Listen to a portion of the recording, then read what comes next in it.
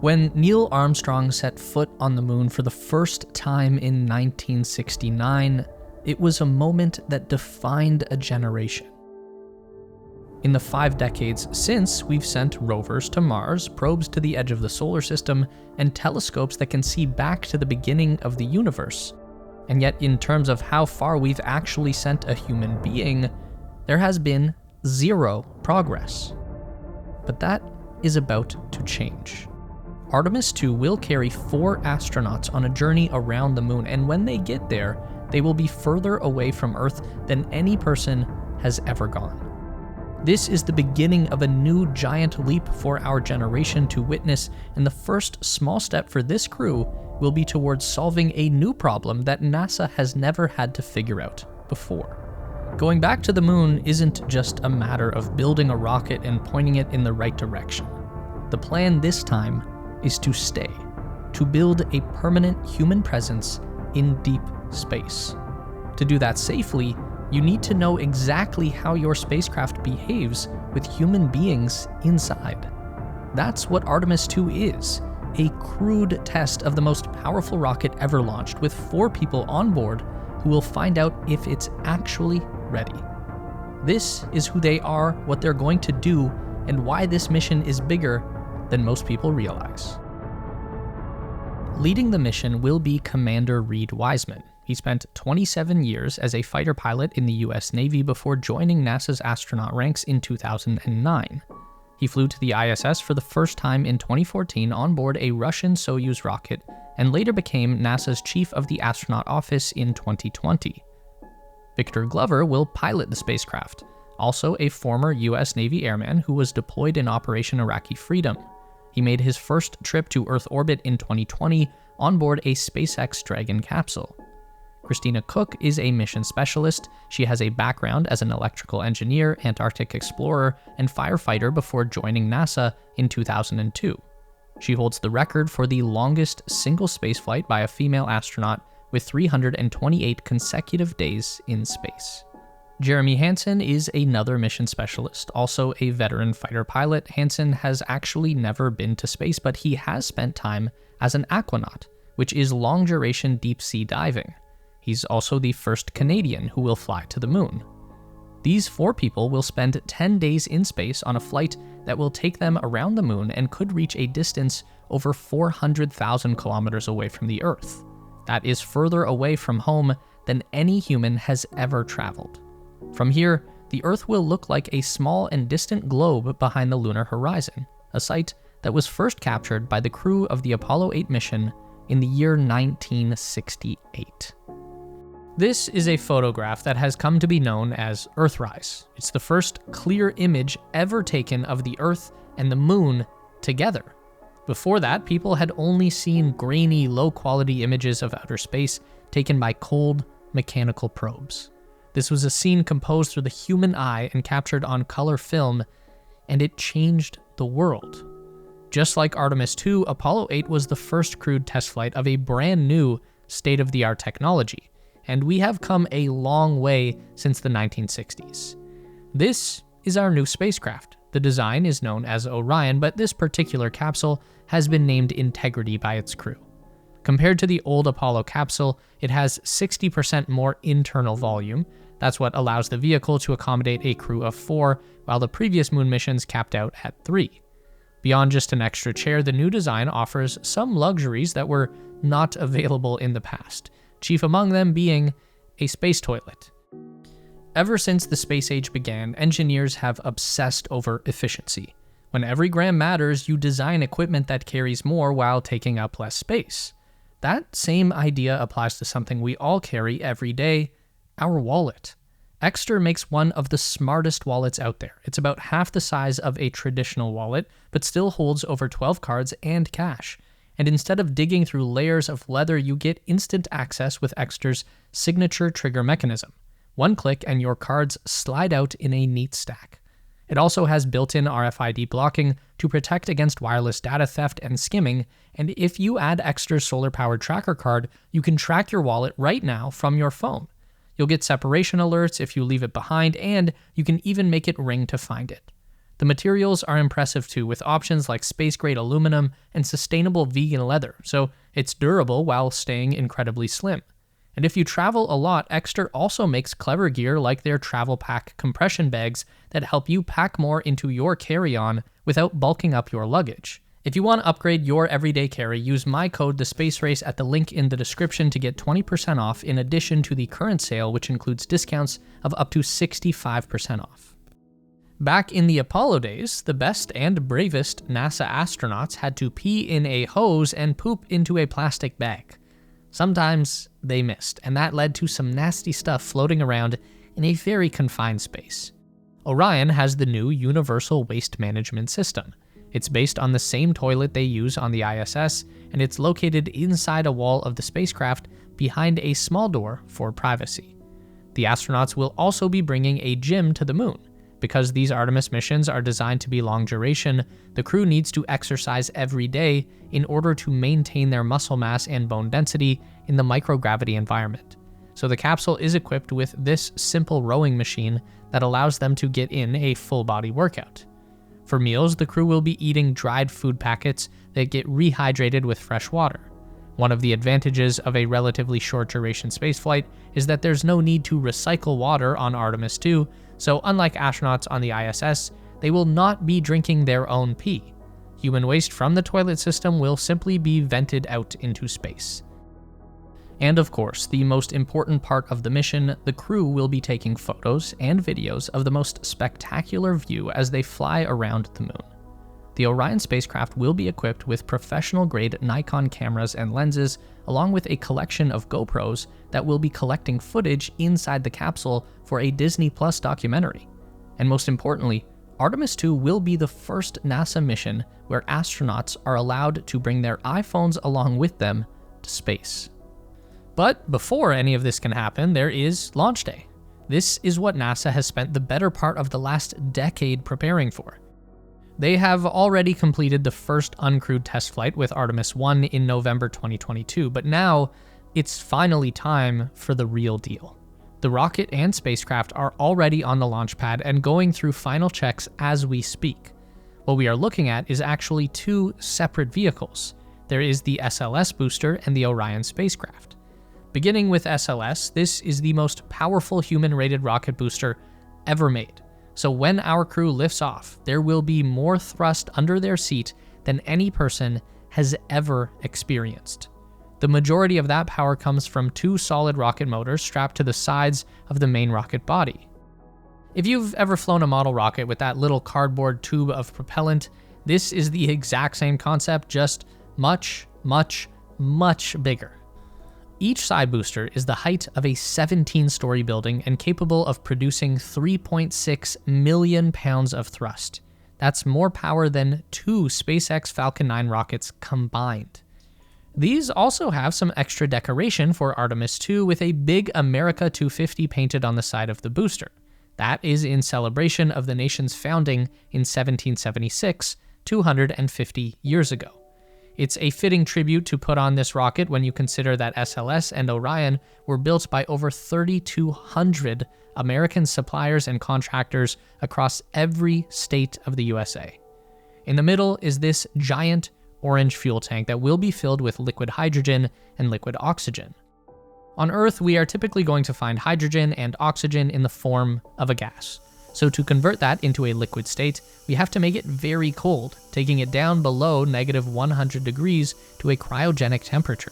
And the reason we do that is because a liquid is much more dense than a gas, which means that we are going to get a much more powerful reaction when we set it on fire. Down at the base of the fuel tank is where all of the fire happens. We have 4 RS-25 rocket engines that combine the two liquid propellants and ignite them to create even more liftoff power. Now, if any of this stuff looks familiar, that's probably because we are looking at the exact same approach that NASA took with their space shuttle program. The big orange tank, side boosters, hydrogen fuel, it's all taken from the old shuttle playbook. Particularly the RS-25 engines, which were literally taken from retired space shuttles. NASA made the smart decision to save those for future projects, and now they are ready to launch people into space once again as part of the SLS rocket. At T0, the 4 hydrogen-burning engines will ignite first and throttle up. Now, they don't have enough power on their own to actually lift the rocket, but they are still very important for the ascent phase, because unlike the side boosters, these are able to swivel around and point the nozzles in different directions. That's how the rocket booster steers itself through the atmosphere. Once the core stage is running smoothly, this is when ground control is going to ignite 2 side boosters. These provide more than 75% of the rocket's total thrust, so once they get started, things are going to move really fast. They are also going to get really bright. When the first SLS launched on Artemis 1, it was the brightest rocket in history. It literally turned night into day for the area around the launch site. Now, up here in the nose cone is where our crew is going to be riding this out. Their Integrity capsule is hidden behind a white cover, so they won't be able to see anything other than their instrument panels, and then on top of the cover is this really pointy bit. That is the capsule's launch abort system. Here's how that works. About halfway up the spike are 4 small rocket motors. If at any point during the launch the flight computer senses anything going wrong with the engine's performance or the trajectory of the SLS, it is going to ignite the launch abort system. Those 4 motors will pull the capsule away from the rocket booster, then the capsule will separate from the abort system and deploy its parachute so that everyone will safely float back down and land in the water. This is the main reason why Artemis 2 will probably launch in the middle of the night. If, for whatever reason, the crew has to perform a high-altitude abort, then the capsule might end up coming down somewhere halfway around the world, and we don't want rescue teams on the open ocean trying to find them in the dark. So if it's night in Florida, then it's going to be morning in Africa, and that provides just a little more peace of mind if the worst-case scenario were to happen. But that is highly unlikely, so assuming everything goes well, at about 2 minutes into flight, the side boosters will separate from the core of the SLS. This is a really cool sight to see. As they fall back, each booster is going to drag a giant tail of sparks from the burning embers of propellant. At this point, the rocket is about 50 kilometers above the Earth, or halfway to space, but the power of the side boosters has pushed it through the most dense part of the atmosphere, so now the SLS is able to cruise on those 4 hydrogen-burning engines. About 1 minute later, the launch abort system is going to separate from the nose of the rocket, and our crew will finally be able to see out of their windows. So don't confuse that with an actual abort. At this altitude, with such a thin atmosphere, it's not needed anymore. The capsule can still perform an emergency return to Earth, but it doesn't require those extra motors in the spike to do that. The SLS core is going to continue burning until 8 minutes and 30 seconds into flight, which is an altitude of about 150 kilometers. At that point, the main engines will shut down and the big orange tank will separate from the rocket's upper stage. Now there's one more hydrogen engine on board the second stage of the SLS that will keep pushing the crew until their spacecraft is inserted into a very high Earth orbit. Then the second stage engine will separate at 20 minutes into the mission, and we will be left with just the Orion spacecraft. Only a tiny little fraction of that gigantic rocket stack that lifted off.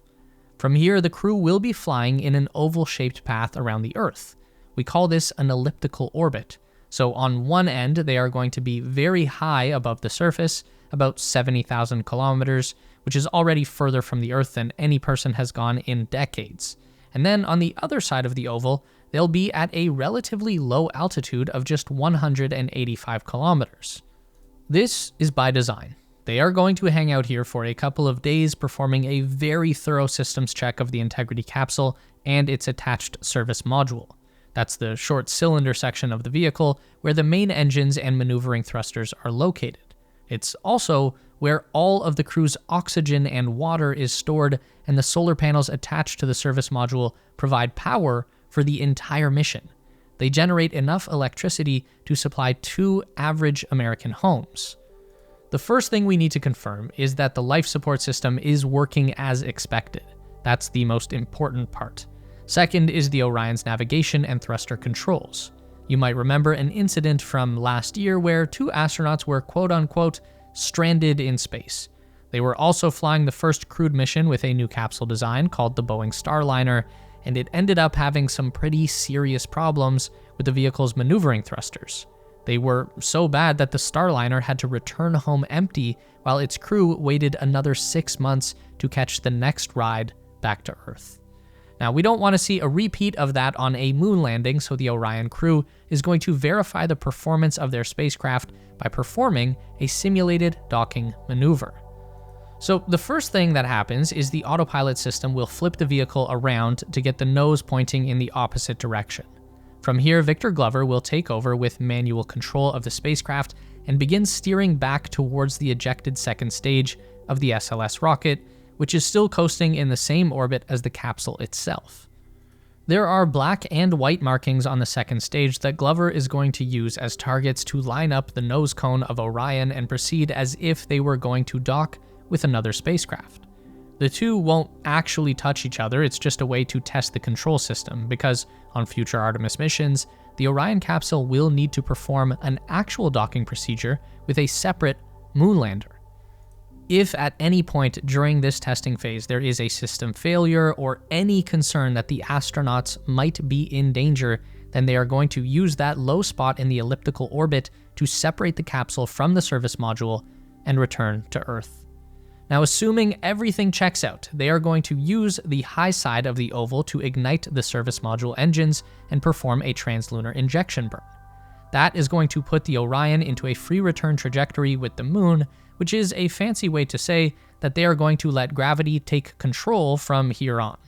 As they swing out past the far side of the moon, its gravity will pull them back around to the near side, at which point the gravity of the Earth will take over and pull them back home. This is a highly efficient flight plan, and it's actually what saved the astronauts on board Apollo 13 after they suffered an explosion on board the spacecraft that damaged their oxygen supply and knocked out power to their service module. On this trajectory, it will take Artemis 2 another 4 days to reach the moon. During that time, the astronauts will be conducting a lot of experiments, mostly on themselves, to monitor the effects of a deep space environment on the human body.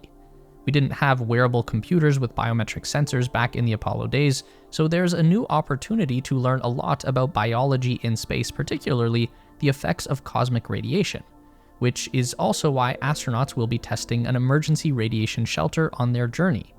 The spacecraft is already shielded against the background radiation of space, but there is always the risk of getting caught in a solar flare or coronal mass ejection, which is a random event when the sun kicks out a big chunk of its own radioactive atmosphere into space. Now, it's very unlikely that one of those would hit the spacecraft while it's outside the protective atmosphere of the Earth, but there is a plan just in case. The crew will practice moving into a storage area below the floor of the main capsule space, where they'll be surrounded with bags of food and other supplies.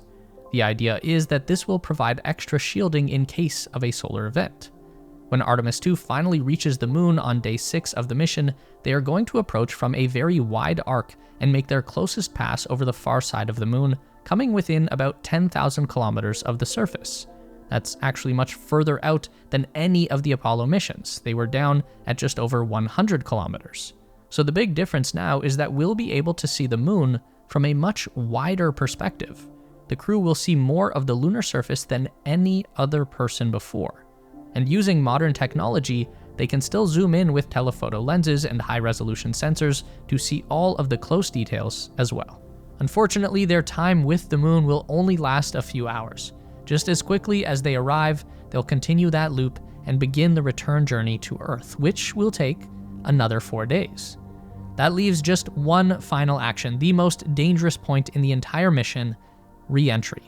As Orion barrels towards the Earth, the propulsion system is going to perform one final adjustment to put the spacecraft on an angle that will impact the Earth's atmosphere. Then the service module will separate from the capsule, and integrity will flip around to point its heat shield down towards the surface. Now, we've gotten pretty familiar with seeing crews re-enter the atmosphere on space shuttle missions or in SpaceX Dragon capsules, but coming home from the moon is not in the same ballpark as returning from the ISS. Artemis 2 will be traveling much faster, over 40,000 kilometers per hour, and the heat that their capsule will experience tops out at over 2,760 degrees Celsius. This is why NASA did their first test on Artemis 1 without any people on board. We've seen the Orion capsule survive this re-entry once before, and that gives us confidence that our crew will be safe when they return home from the moon. Although the word safe is relative when it comes to human spaceflight. Anything involving rockets and traveling beyond the protective atmosphere of the Earth is going to be inherently dangerous. There is no way around that. But if everything goes according to plan, the Integrity capsule will splash down in the Pacific Ocean about 50 nautical miles off the coast of San Diego, California. That is where a combined team of the US Navy, Air Force, and NASA will be waiting to recover the crew and capsule. This will be a historic moment, not just for NASA, but for human spaceflight on a global scale. It's a small reminder of our true capability as explorers. Because of course, people have walked on the surface of the moon. They did that a long time ago, and that's not what Artemis 2 is trying to be.